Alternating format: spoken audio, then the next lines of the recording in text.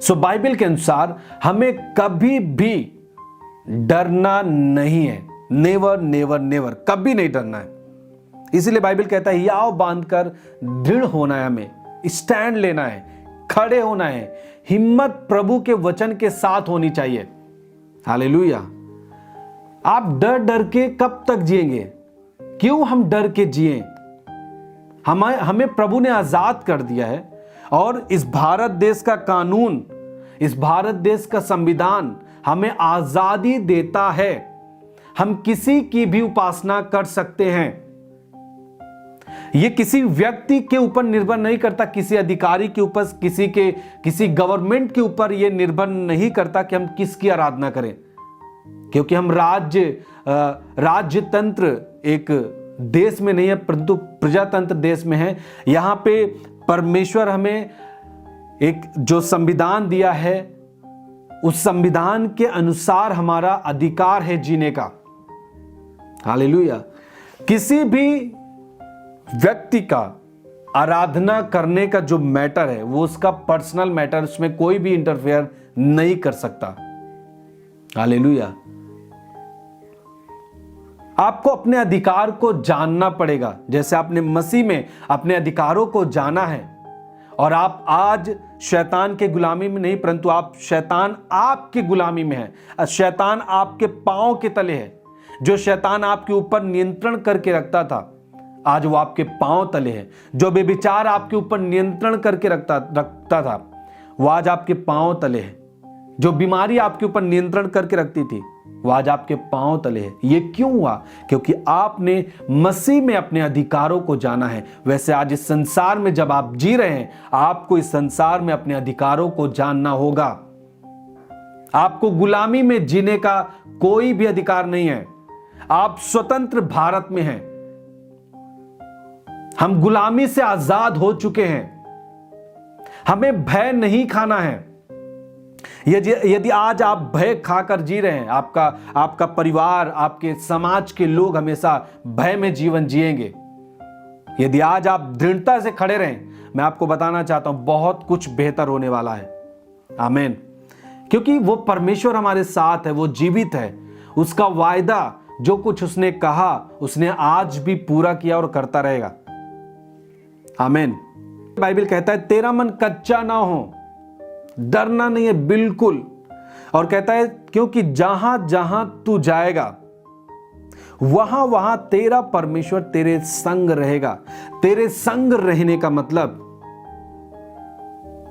सफलता आपकी होगी। हमारे संग परमेश्वर रहेगा, इसका मतलब ऊंचाई हमारी होगी। हालेलुया।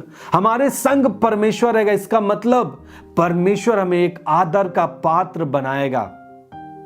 वो परमेश्वर हमें एक नई ऊंचाई को देगा। समाज में एक अच्छा, एक आदर वाला व्यक्ति हमें बनाएगा। हालेलुया। बाइबल कहता है जहां जहां भी तू जाएगा, परमेश्वर तेरे संग रहेगा। संग रहने का मतलब जय हमारा होगा। हम विजय को प्राप्त करेंगे, सफलताओं को प्राप्त करेंगे, ऊंचाइयों को प्राप्त करेंगे। और ये होगा कब? जब हम हियाव बांधकर दृढ़ हो जाएंगे, भय नहीं खाएंगे और हमारा मन कच्चा नहीं होगा। हालेलुया। हम क्यों डरे? हम मसीह का नाम लेने से इस दुनिया में क्यों डरे? आज संसार के लोग किसी से नहीं डरते गाली देने में। आप एक बात समझिए, संसार के लोग गाली देने के में बहुत आगे हैं। हर बात में गाली देते हैं। झगड़े के लिए तुरंत आगे आते हैं, तुरंत गाली देते हैं, झगड़े करते हैं।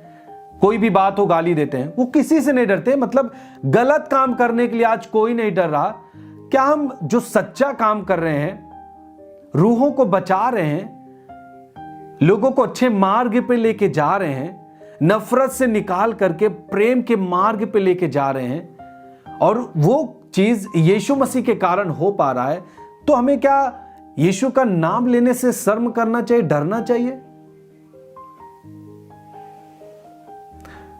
परसों चर्च में करीबन 11 बजे के आसपास कुछ लोग चर्च की रोड है उस रोड से जा रहे थे, करीबन 6-7-8 लोग बाइक से।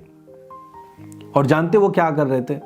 जैसे चर्च का जो कैंटीन है उसके पास जब पहुंचे वो लोग, तो धार्मिक नारे लगाते हुए, गाली देते हुए, सुनिए ध्यान से, धार्मिक नारे लगा रहे हैं, गाली देते हुए गाड़ी का जो एस्केलेटर होता है उसको बढ़ाते हुए निकल गए।